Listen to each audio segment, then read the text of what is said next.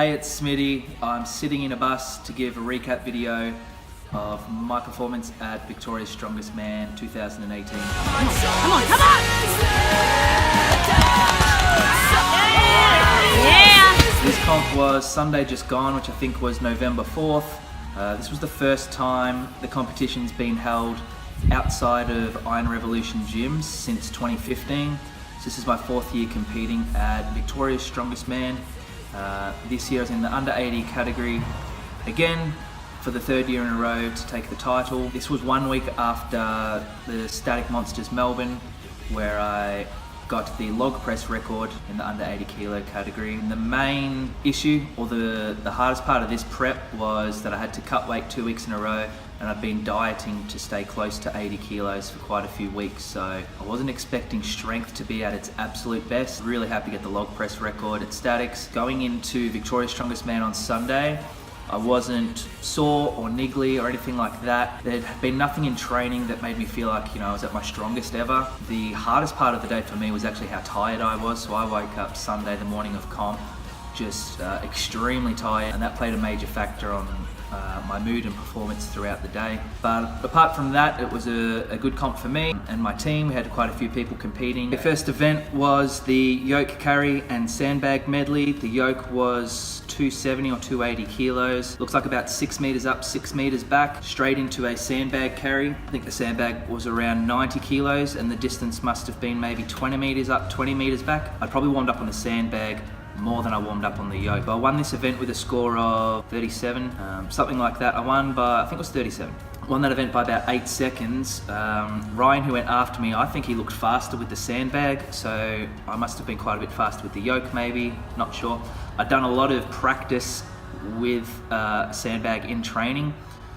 Originally, we got told it was a keg carry we were doing, or we got told it was going to be a sandbag, and then they decided keg, and then they decided sandbag, something like that. Regardless, I'd done a lot of work with sandbags, kegs, dead balls. I'd done a lot of carry events over the last couple of weeks and months. So when they changed the event to a sandbag, I wasn't phased at all. That was a pretty tough event to start with. Recovered pretty well from it. I was pretty spent for a couple of minutes, as you can imagine. Training-wise for this, I did the yoke, I think I did it 5 weeks in a row, getting heavier. That was all I did, so 5 weeks of yoke, probably maybe 2 to 3 sets, like working sets every time. So the yoke is something that just crushes me.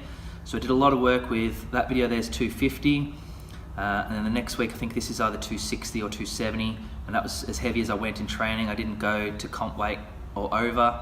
A lot of work with like 220 for like 3 sets.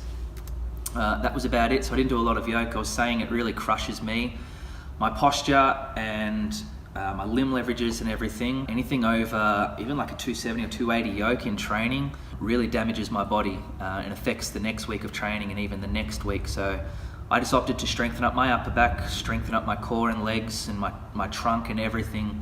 And I know the technique and the breathing for yoke, so for me it's not something that I'm ever going to train too heavy too often. I didn't do any heavy pickups or anything like that, and that was a pretty good yoke run for me. It was pretty fast. The ground was a little uneven and I chose a lower pickup maybe than I'd like, so I wasn't actually going as fast as I could with the yoke. I was just trying to be steady. And yeah, anyway, that was a good start to the day, so we got the event win on that one. Event 2 is the overhead medley, so it was 85 kilo log for 2 reps, followed by an 85 kilo axle clean and press for 2 reps in 60 seconds. So just going back and forth, 2 log, 2 axle, 2 log, 2 axle. Didn't specifically train for this event, so I'd never practiced doing 2 log, 2 axle, 2 log, 2 axle. My goal was to win the event and just do whatever I needed. So you saw I vipered the first 2 logs. Rhett, who I was against in the under 80 kilo category, had already gone. So his score was 3 reps. Ryan's over on the other side of me and I'm ahead of him, so that's why I'm kind of taking it easy on this one. So I've done 5 reps now and I'm just waiting to see if Ryan does 2 more reps and puts the pressure on. So 5 reps was enough for the win on that one. I think I probably could have pushed for, I know I could have done 7 reps, which is what O'Leary did. I reckon I could have done 8 to beat her. So training for this event, lots of vipers, heavy vipers in my training. They're a staple of my programming. That's something that I warm up on twice a week. So nothing new there. And I did some axles. This footage here is from when I did axle grace, so 30 reps with an axle. at 80 kilos, handstand walks, handstand push-ups. I trained pretty differently to everyone else, I think, for that event. I didn't actually just train the event as is, trained a lot more CrossFit based for most of this prep. Third event was the max deadlift. I have no idea what weight's on here. Let's go to 10er, maybe this is 240. Goes up okay, wasn't feeling super strong on the deadlifts. Maybe that's 255. And then this is 270, which goes up a lot faster than what it felt. I'll leg press for the first time.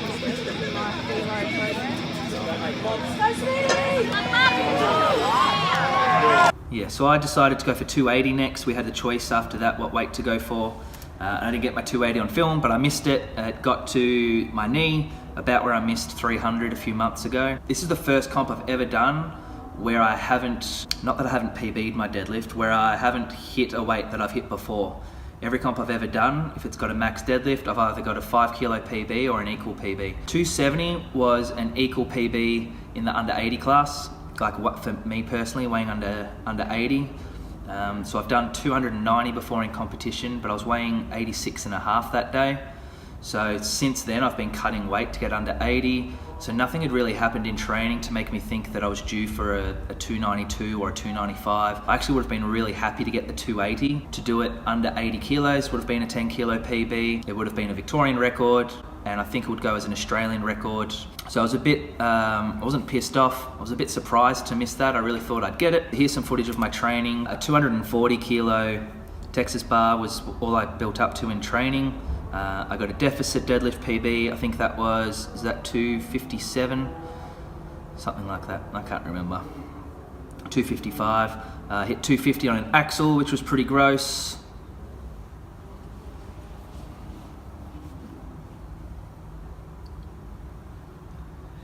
And I hit, is that 202? Something like that through bands, which is 302 at the top. So that's 100 kilos of bands.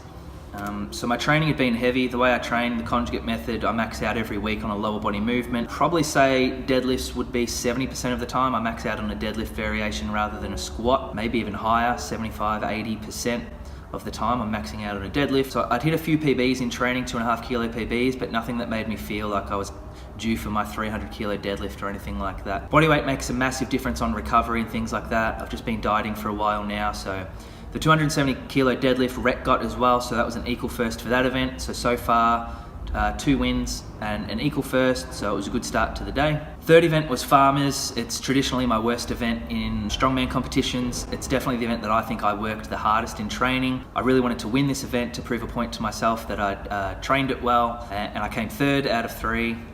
I came last. It was only by, I think I got 65. 10 meters or less, so this was just max distance as far as you can go in 60 seconds or until you drop, and I only lost by a few meters, and I'll play the video now. When I drop it, I actually trip. My foot hits, I thought it hit the back plates. I thought my back foot, or my foot hit the back plates, but watching it again, it might hit the front. So at this stage, I just wanted to make this turn smoothly, and it actually starts, because my shoulders are so rounded now and I have such long arms and short legs, they're actually smacking the ground. You can see I'm hitting the ground there, which really threw me off. I'm going to pause it. At this stage I had my eyes on a cone off to the side that I knew that if I got to, I'd get 2nd place. And I thought maybe Rhett would just keep going. It was a really great event for him in most strongman competitions. My grip was in my fingers, but I had my eye on this cone and I was excited. I thought I can make it to that cone. I know I can with this grip. I can make it, and then maybe my front foot hit something like that, but I tripped basically, and then Rhett dropped a couple seconds after me. So weird feelings about that event. I came last and I wanted to come first.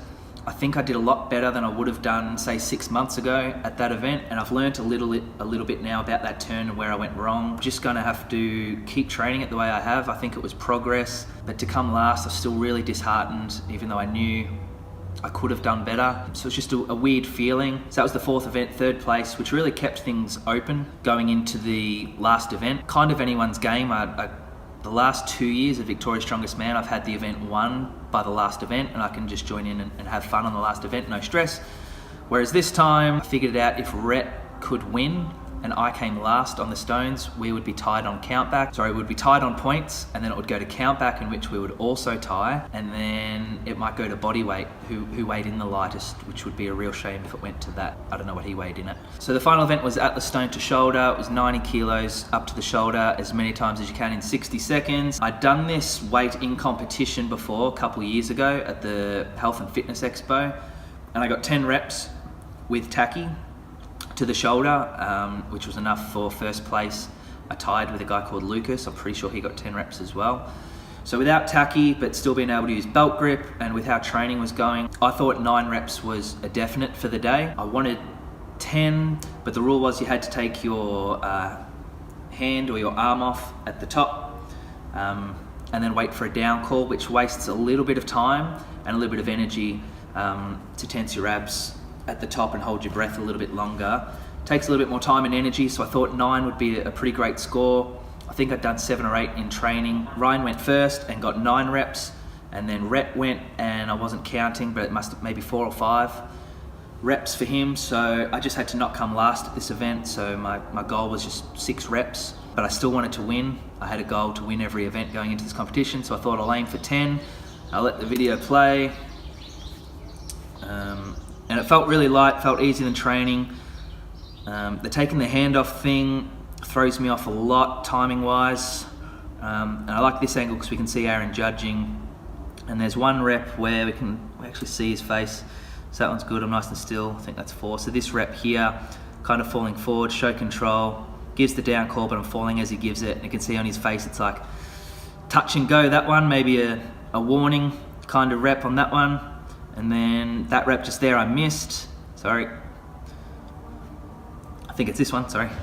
So what's this, 8 or something like that. And just let go of the hand too early maybe, didn't quite get the down call. So went to make up for time by going really fast, too fatigued. So I resorted to my old technique where I sit down at the bottom and flick it up, which is a little bit easier. It's just a little bit slower. And then to go for the 9th rep here, there just wasn't enough time to hit that rep. So I got 8 reps with 1 no rep.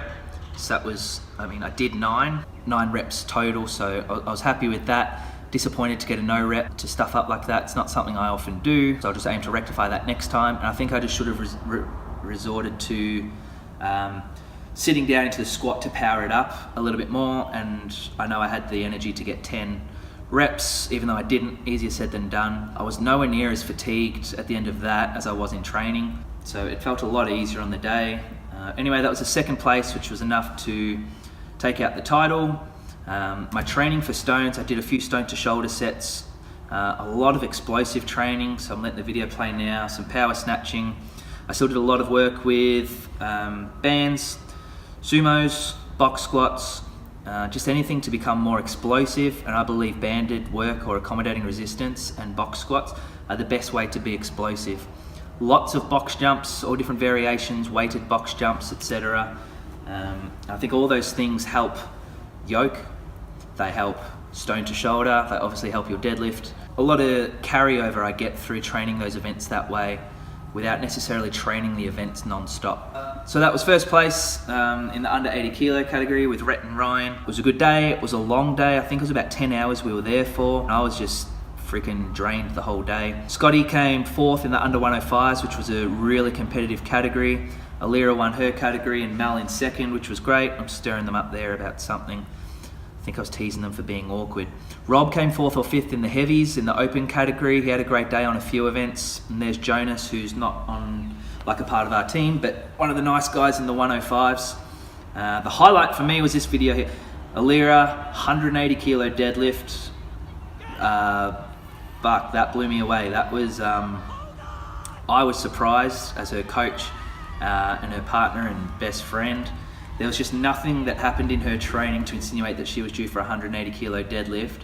She was just emotional, she was psyched up. She'd had a bad start to the day on one event, and that blew me away. I was pretty surprised with that. So overall, another win, another successful day, a lot of learning curves. There's the original garage crew. Liana came 2nd as well in the under 82 category. Didn't win every event as planned, but these things happen. Still proud of the results and the work that I put in. It's Friday now, so it's been 5 days since the comp. I still haven't trained. It's taken a little while for my sleep cycle to get back intact. I'm still only weighing 81 kilos, so I haven't even been able to put the weight back on that I lost. I think the 2 weight cuts in a row while organising a comp, while helping 5 or 6 others cut weight, while helping 10 other people train for these competitions, working a 40-hour week and cooking enough food and all the above, training 20 hours a week, actually took its toll on me, and I'm paying the price now. So I'm just taking an easy week and not training. This is the longest time I've ever taken off training. But I'll just psych up for the next competition, which will be the Battle of Ballarat, which is, we did that last year and it's just a whole heap of fun. Alir and I will just rock up with some of the other guys on the team and have a good day out. And really we'll just start psyching up for the Arnolds now. So got about 4 or 5 months to get ready for the Arnolds, and hopefully we'll have a good day out there as well. All right, thank you.